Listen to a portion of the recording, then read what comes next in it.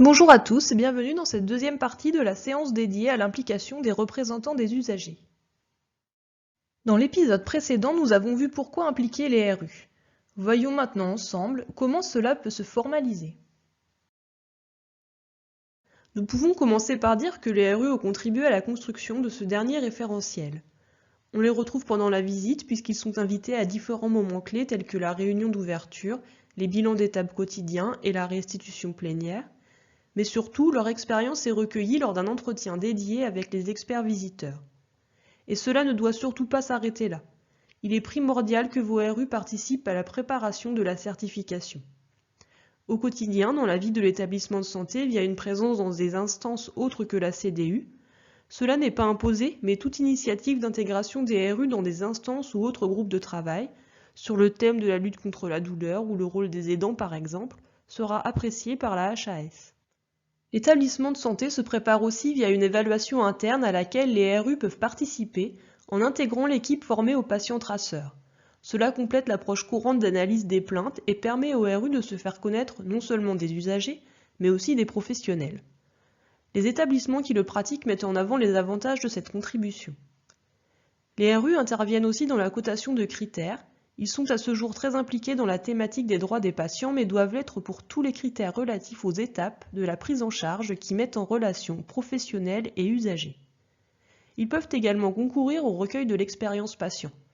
Les enquêtes de satisfaction sont actuellement tournées vers une analyse quantitative de l'expérience du patient, mais des échanges pour un recueil d'un point de vue qualitatif sont nécessaires, et c'est un rôle que les RU peuvent totalement investir.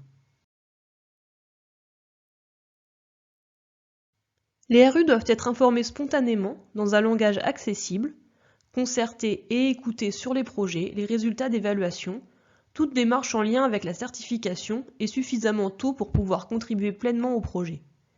Ils doivent pouvoir accéder facilement aux informations en lien avec leur mission, telles que les retours patients, les déclarations et analyses d'EIG, plans d'action, suivi des actions correctives. Il faut qu'ils disposent des moyens matériels requis pour la réalisation de leur mission, et la gouvernance doit faire preuve de disponibilité pour les rencontrer.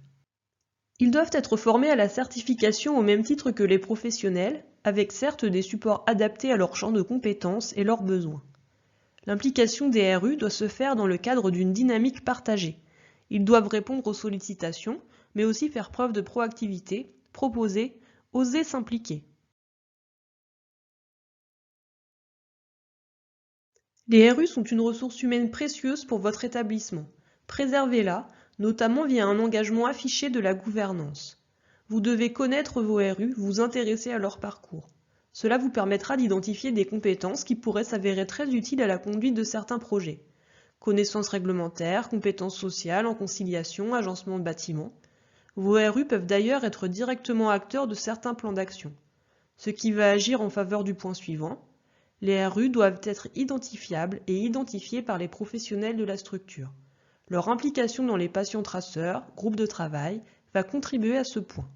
Et rappelez-vous que si la certification est une photographie à un instant T de la qualité, la recherche d'implication des RU dans la démarche qualité doit se faire de manière constante pour en optimiser les bénéfices. Voici quelques outils pour vous aider à impliquer vos RU et préparer votre certification. La documentation commune, experts visiteurs, établissements de santé proposée par la HAS, et notamment le guide d'entretien, qui va vous permettre d'identifier les critères à satisfaire. France Asso Santé met à votre disposition des dépliants, guides, clips vidéo sur les RU et leurs missions. Enfin, Calva propose certaines formations ouvertes aux RU, notamment celle du patient traceur ou des outils de promotion de la bientraitance, et les kits de défi des Olympiades du soin, qui sont une bonne occasion de faire participer et connaître vos RU au sein de votre établissement. Terminons par dire que cette implication des RU contribuera à l'atteinte de l'objectif affiché par la HAS d'engagement partagé patient-soignant. Les RU sont le lien pour faire évoluer, renforcer ou préserver la culture institutionnelle dans la prise en compte du point de vue du patient. Merci pour votre écoute et à très bientôt pour discuter ensemble d'une nouvelle thématique.